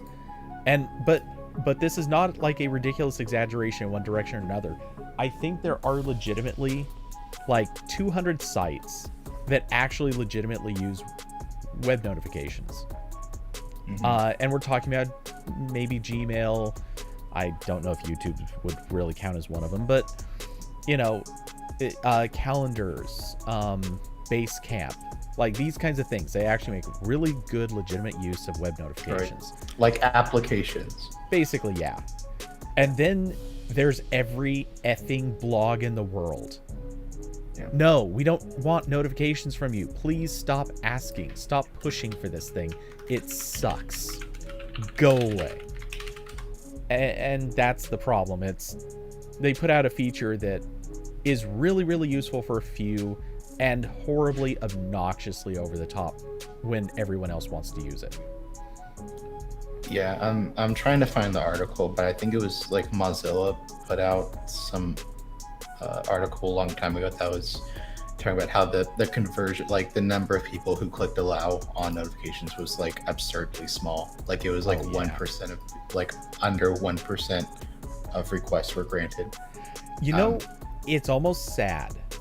Here's kind of a weird take, but it's almost sad we can't have sort of a, well, not machine learning, but sort of a statistical thing that says, hey, here's a site, 99% of people have blocked notifications from this site. So we're like just automatically, when you visit this site and the site tries to ask you if you want notifications, we're just going to auto deny them. And we'll leave up an icon or something. If you really want to turn them on, you can do it manually. I think Chrome technically does that. Oh, does it? I think. I was gonna say, but no, I don't think it does. Because man, I still get those. But do you get the UI in the browser? Like, do you get the Chrome pop-up that says allow or deny, or is it just like the website's bugging you? It's the pop-up. Okay. Because there's probably a flag I'm not changing or something, but yeah, or you didn't get included in the test. That could be it too. But yeah, I really only want to get asked that for sites where other people have already probably turned it on.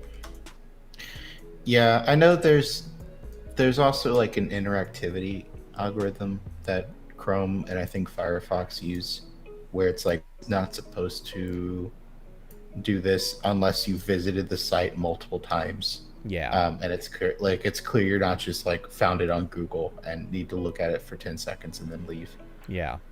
Though I'm pretty, well, I mean, you wouldn't necessarily know this with confidence, but I'm fairly certain I've gotten this pop-up on sites that I've never visited before. Okay, so this was from last year. So Google did a blog post and said, starting with Chrome 84, which was released in July 2020, websites with abusive permission requests or abusive notifications would be automatically enrolled in a quieter notifications API. So basically, instead of getting the full, they only show it on the example on Android, so I don't know if it applies to desktop too. But instead of the big pop-up at the bottom that with the allow or deny buttons, it's just like a small, like really small banner thing, and then you can tap it and do something if you want, but it's not blocking. Yeah. So kind of what you were talking about, but I think you were looking for just like never let me know ever. And basically, yeah. Yeah. You know what I did with my Next DNS that I love is basically all those blogs that use push notifications, they all do it through a service called One Signal. And I found out if I block One Signal's content delivery network, which is one domain, I never see the buttons to send notifications, and their JavaScript library doesn't load. So I never get those pop-ups. It's great. I love Nick. CNS is great. I did the same thing with what's it called? JW Player. Oh yeah. Because JW Player, like it's just a video player, but it's like the main one that sites use if they want like the floating videos or the auto playing ones in the middle of articles. There are legitimate uses for JW Player. Like it was really popular 10 years ago when making a video player was difficult. But now it's like, at least with all the sites I go to on a regular basis, it's only used for annoying auto-playing things. So I also blocked that domain, and those videos just don't load anymore. It's great. So I can actually tell you another use for JW Player. It is very popular among sites that put out movie screeners. Oh. I have a lot of experience with this recently. Okay. In part because JW Player actually makes it really easy to put DRM into videos. So yeah, that's a thing. Also, fortunately, not all screening sites, little tip for anyone who ever finds their way onto one of them, not all movie screener sites are super good at actually using the DRM. So it's entirely possible, if you do a little bit of digging around, you can totally just download movies. No watermarks, no nothing on them. You know, in perfectly good MP4 format, and maybe put them on Plex and just watch them conveniently there. Or just do the classic, record your screen, because I believe there's still no way for websites to detect that you're recording anything. Technically, I think they can make it. I don't know for sure, but I think they can make it on Windows. I think they can prevent it. I know this was a thing in like the Silverlight days, with like when we were using terrible plugins. Yeah. But I think ever since the switch to HTML5, I don't think there's like an API for that. Like there's no like Android has a mechanism in it where apps can be like, don't let the person take screenshots. Right. But I don't think that's ever been brought to the web in a way that matters. Okay. There's not in the way you're thinking of it. I don't believe it's really implemented through an API per se, but it is implemented through HTTP. So for HTTP content to appear in another window, like on another screen, it basically has to be supported screen going through an HTTP compatible monitor, blah blah blah. Where this gets interesting is, I know Windows did implement something. I don't know if it still works or if it has been broken since, but Windows did implement something where browsers had to work with HTTP content and had to comply with it in some weird way. Yeah. And as a result, they did have this. So there was something that was preventing screen recording from working on that content. I don't know if, like I said, I don't know if it still does that though.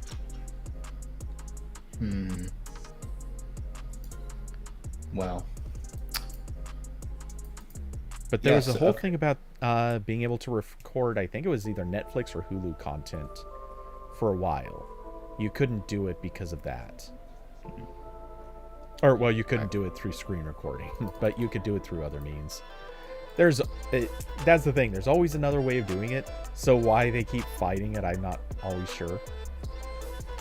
I know. And again, like, all the effort to put in these DRM APIs and the $15 HDMI splitter I got off of Amazon last year Just it works with everything. Yep. I have no like I got it last year because I wanted to do some Fire TV tutorials, and I wanted to screen record the Fire TV, like not even to pirate anything, just to get the UI, but the stick wouldn't work at all unless whatever was plugged in supported that. No, little HDMI splitter. Yep. Totally disregarded whatever they had in there. Well, that's what all of the game streams I do. That's all on Stadia, and Chromecast Ultra automatically has it has HTTP. So yeah, I had to do the same thing just so I could game stream. I mean, I could also stream straight to YouTube without a camera feed, but that seems dumb. So yeah, this was the way to do it. All this is so stupid. It's like, I bought the damn movie. Let me just watch it. Yep. Yeah, like Diablo said, always making it harder for the good guys to do anything, but bad guys pass right through. Yeah, it's... Yeah. This is the way it has always been. Especially with all the PC games that want to install, like, kernel level software. Oh, yes. Like, hey, like, I'm not gonna break your game. Can you please not, like install a rootkit on my computer? Yeah. Like, that's sketcy as hell. God, it really is. And that's why I still had the Can I Use website open, and I'm also noticing Safari does not support ABIF. So yeah. Although it does have partial support for WebP. So there's that. Something. It's only in Mac OS. Why? Apple. None of this makes sense. Oh, so let's see. I figure I'm assuming you're probably taking off soonish. Yeah, I need to head off probably now because I've been on for 2 hours. Okay, So. I figured I would close out on just like relatively quick hit stuff related to Epic and Apple's lawsuit. Most of this stuff is almost like trivia, fun little stupid bits that have emerged. So one of the first things that popped up, at least this is what I got yesterday when I was kind of glancing at news, is how much the Epic Game Store has paid for the free games that they've released like every week, and for a while they were doing like daily. So they spent in the first, I think it was in the first 10 months they spent $11.6 million ponying up for games that they were going to give away. Which that's actually not much. I gotta admit, that's relatively cheap if you're just going to like give money to a few game developers so that you can give out their games. I mean, I'm not saying it's tiny, but it's not bad. No, like that's probably like the money they make from like one Fortnite skin. Like, oh, like actually, that might be true. Like this is we found it in the couch money. Yep. To Epic. I'm looking at it. All right, damn it! I swear I had this open earlier. Now I can't find it. But they paid way more than that. In fact, I gotta find this.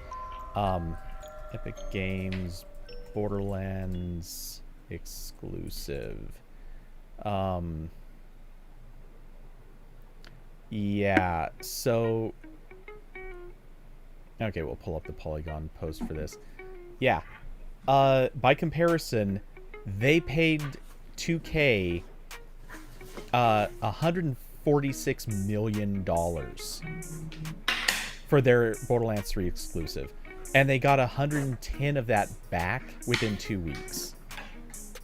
So yeah, spending $11.5 million on games that they were going to give away, that's nothing. That's chump change. Yeah. But in total, Epic Games has spent $1 billion on exclusives. Yeah, that's a lot. I gotta admit, I'm a little blown away. I knew they spent mean- a lot, and I knew that they were trying to really ride the exclusives train, but I didn't think it was going to be to that tune. Yeah, I don't know if that surprised me because like they got for a while it was almost every big game release, right? Like it was almost everything that was coming out on PC. It was either also on Epic or it was an exclusive. Yeah, something like that. Yeah. So let's see. Really quick, I will paste links into the chat for each of these particular stories I just referenced and flip through very quickly. But yeah, I mean, they did a surprisingly both good and bad job of kind of breaking into the game industry or the game sales industry. I mean, Steam doesn't pay really for exclusives, at least I don't think they do. And so or maybe not very much, whatever the case. So, Epic kind of played this right. They did a good job of breaking in and sort of forcing their way into the market. But at the same time, holy God, it cost them a lot. Mm-hmm. It cost them a whole lot. Because let's be honest, if you come out with Borderlands 3, even if not as an exclusive, they would have made a crap load of money just selling that game. There were people who weren't going to buy it on Steam. They would have bought it on Epic, especially since Epic still has the exclusive for Mac. Damn you guys. So yeah, I do wonder like how much they would have made if they didn't go for exclusives. Would it have been more? Would it have been less? And does it matter because was the point necessarily to make money on the exclusive, or was the point to get more people on your store just wholesale?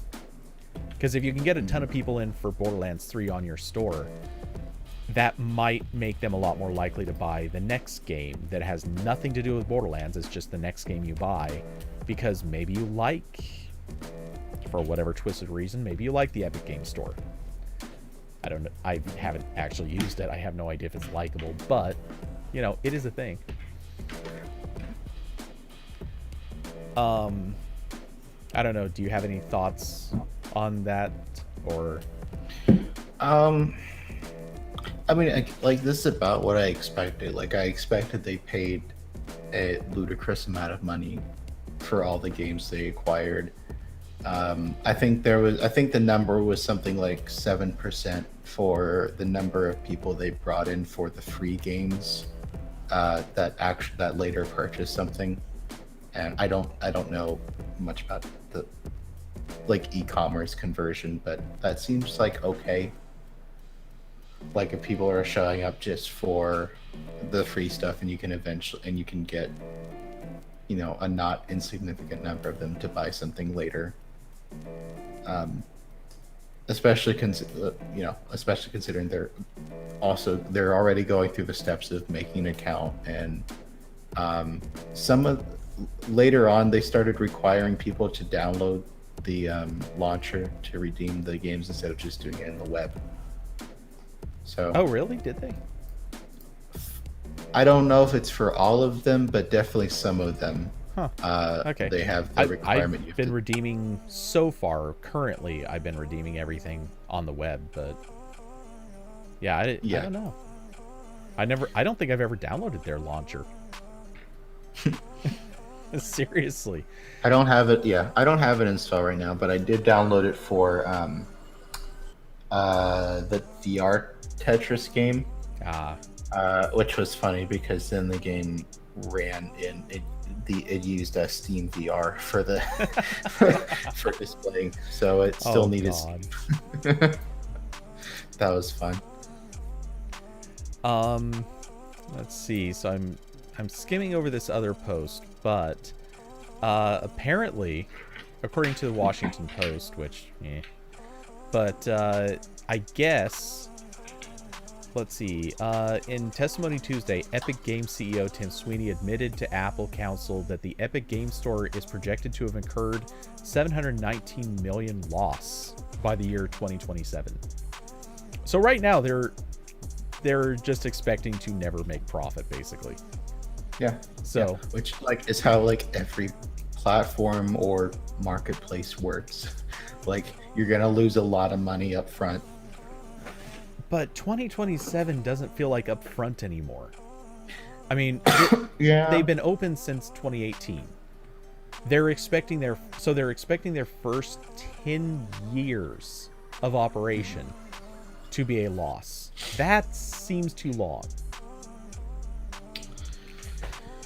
I kind of, yeah. I don't know. Again, like, I don't think that doesn't shock me because, like, I think 2 or 3 years into this experiment Yeah. and Steam has gone nowhere. Um, I think, like, the Epic Store to me is it's partially just Epic Games flexing their muscles a little bit. Like the notion of anti-competitive behavior is very important to Tim Sweeney, and so I'm sure he's pushed for this the hardest as just a check on everyone else. I think it is I look at it in the same way I look at like Samsung developing Tizen or their own smart home ecosystem instead of going in on Apple. Like they don't expect it to ever, you know, be amazing. It's just like we have this as a as a check to whenever they have to go negotiate with Google again for whichever apps show up on the next Galaxy phone. They're like, oh well, we don't really need Gmail. We have our email app, you know.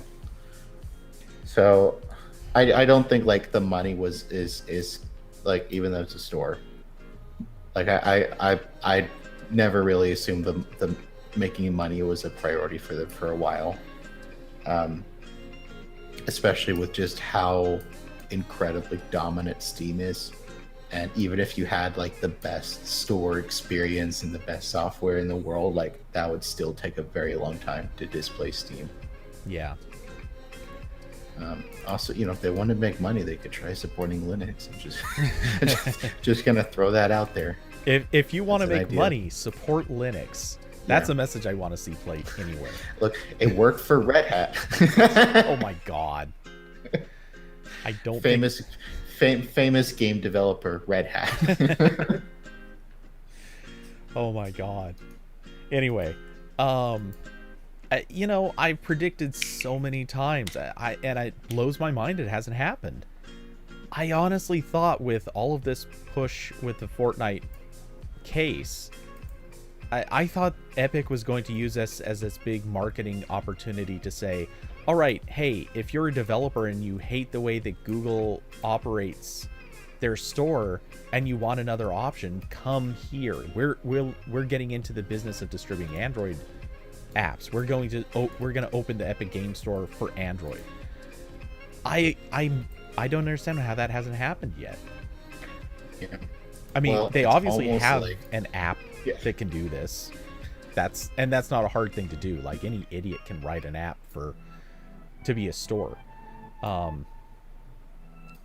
But yeah, I'm so confused how this hasn't become their big like cattle call to developers. Get over here, we want to work with you. Yeah, it's almost like they don't actually care that much about other developers.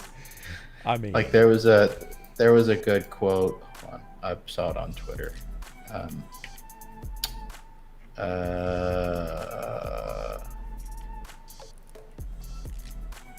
Where is it? Oh yeah. So there was a quote from Epic's lawyer asking Sweeney, if Apple told you the deal would only be with you and no other developers, referencing a carve out for the lower App Store commission, would you have accepted that deal? And then he said, quote, yes, I would have. yeah. After the entire tirade from Epic being like, oh, we're doing this for the other, for the little guy. Like, no, these are all soulless corporations. Yeah. Yeah, there's no denying Epic is not the hero in this story. But they're certainly going to play that narrative whenever it's convenient. Yeah. Let's see. Was there anything else? I don't think the Washington Post article had much else in it. Okay, what was the next one?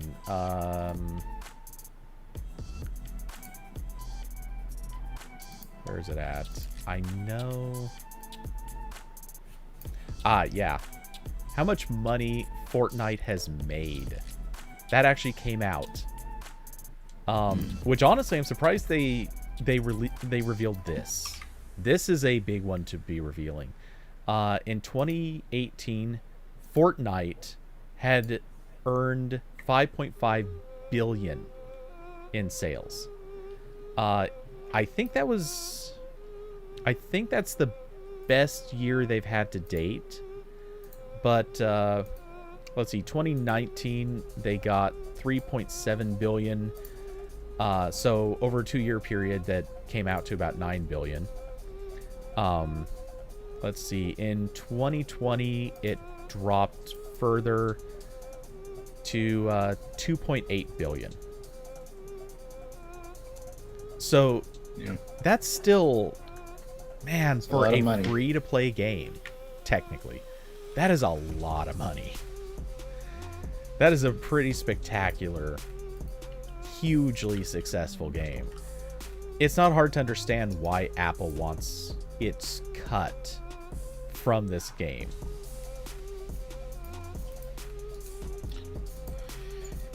Yeah. Yeah. I mean, it's wild how much the kind of money being thrown around. little bit. Funny. Yeah. And the scale to which these guys are playing, it really is pretty spectacular. I mean, we think about companies buying other companies for, one Instagram. Like, it was a little bewildering when Instagram sold for $1 billion. And now, again, a free-to-play game is trading in multiple Instagrams per year. Like, that is really, really shocking. Or like Minecraft. I think Minecraft was only in the... What was Minecraft bought for? Merging acquisition. I think that was like, 5 billion. So the entirety of Minecraft was like the money Fortnite made in a slow year. Yeah. A little bit wild. Though I will say, until the end of time, Microsoft got such a good deal on that. Oh yeah, for sure. Like I bet the amount of like just Minecraft toys they sell in a year has got to be more than that. Yeah. Like I see those everywhere. And just the fact that Minecraft continues to be a thing. I mean, it just year after year after year, it does not die, and they've come up with spin-offs of it. They've made so much out of it. Suddenly I'm wondering why there isn't a Minecraft movie. I don't know how you do it, but... Well, there was one that was in development for a while, but I think the script or something wasn't good, so they tossed it. I don't know. Maybe development restarted on it. Frankly, I just see it being kind of like a Lego movie. Just, Yeah. With Well, I was shocked. Yeah, you'd have to get like the right people, because like the Lego thing, like what are you gonna do a movie about Legos with? And that's like one of my favorite animated movies. Like it was just so good and so funny. That movie had no especially the Lego Batman movie. That one is excellent. I still need to watch the Lego Christmas thing that they did. It was based on the new Star Wars characters. Oh, I don't think I've seen that. It's only, I think, like 45 minutes long, and I think it was on Netflix. Is that, or no, that wouldn't make sense. It must be on Disney Plus. Someone said Tim Sweeney sounds like a person to inherit the chocolate factory in a war. Does sound like a that's very specific. It is, and I kind of love it. Diablo, that's brilliant. It is 100% like the name of a sketchy person in a children's fiction book. Oh, okay. Well, yeah. No. Well, because of what was it? Todd Sweeney. Who? What? Sweeney Todd. Yeah, Sweeney Todd. Yeah, the music. Yeah. Johnny Depp's. Well, Johnny Depp played that character. It was a character from a stage play, but yeah, Johnny Depp played that character and played a butcher, basically. Yeah, no, that actually totally fits. Also, he seems like a person that would actually do that stuff too. Not just the name sounds like it. He actually seems like that person. Kind of like how various people in Russia, like whenever Russia decided they didn't like who was running a company, mysteriously that there would just be a war or kind of a incident in that area, and all of a sudden some new person would just end up running whatever company, and it was always a friend of whoever was running Russia at the time. Kind of a thing. Let's see. I don't remember if I had anything else. I have a few other pages open that I didn't really get a good look at, but yeah, so far, if you're watching the news from this court case, like every day there are 3 or 4 things that pop out, and it has just been comedy. And who was it? IGN had this post. The title, I think, is just so perfectly fitting to this. It reads, Epic versus Apple shows the courts were not prepared for the game industry's obsessive secrecy. I love that title, but I would go a step further and say it shows the courts weren't ready for the game industry. All the crazy shit that these guys do, it is wild. Yeah. The game industry is... I don't think I have a better way to put it than this. It's like watching modern day pirates, like the pirates we have from movies. It is a little bit like, well, maybe not pirates, but more like the mob. Oh, that too, yeah. Like you want to work at a deal? Okay, well, I see you're making a lot of money. Let's but I want some of that money, but I'm not gonna go with you all the way here. It is definitely wild, and also like I love that like this is touching so many different areas of just like this tech sphere that has nothing to do with the original point. It's like why are we getting information about iMessage? I thought this was about a video game. Yeah. Oh yeah, in some way, I can't help but wonder, are the lawyers for each of these companies is this like a game of Dare? Like, okay, look, we know that you're doing this, but do you guys really want like documentation on it? I mean, if you don't give us something, we're gonna call for it, and like it's the biggest game of chicken ever. And everyone's just like, all right, hey, you didn't give, so yeah, we're gonna subpoena papers on this. We'll come up with an excuse. The judge will let us do it. And yeah, so everyone's just digging into all of Apple's and Epic's big secrets, and it's hilarious. I gotta say, I didn't really believe when people said it. People kept saying this is gonna be kind of like the trial of the century sort of thing, because it's two big companies that had so much potential to fight it out over app stores and to fight it out over how the market works. And that was interesting. And you know, it's interesting, but is that trial of the century territory? No, not even close. But now we've got like every secret pouring out, and that makes this trial of the century. Like they're busting it all open. This is like reading two rivals' diaries. Yeah. Oh, it's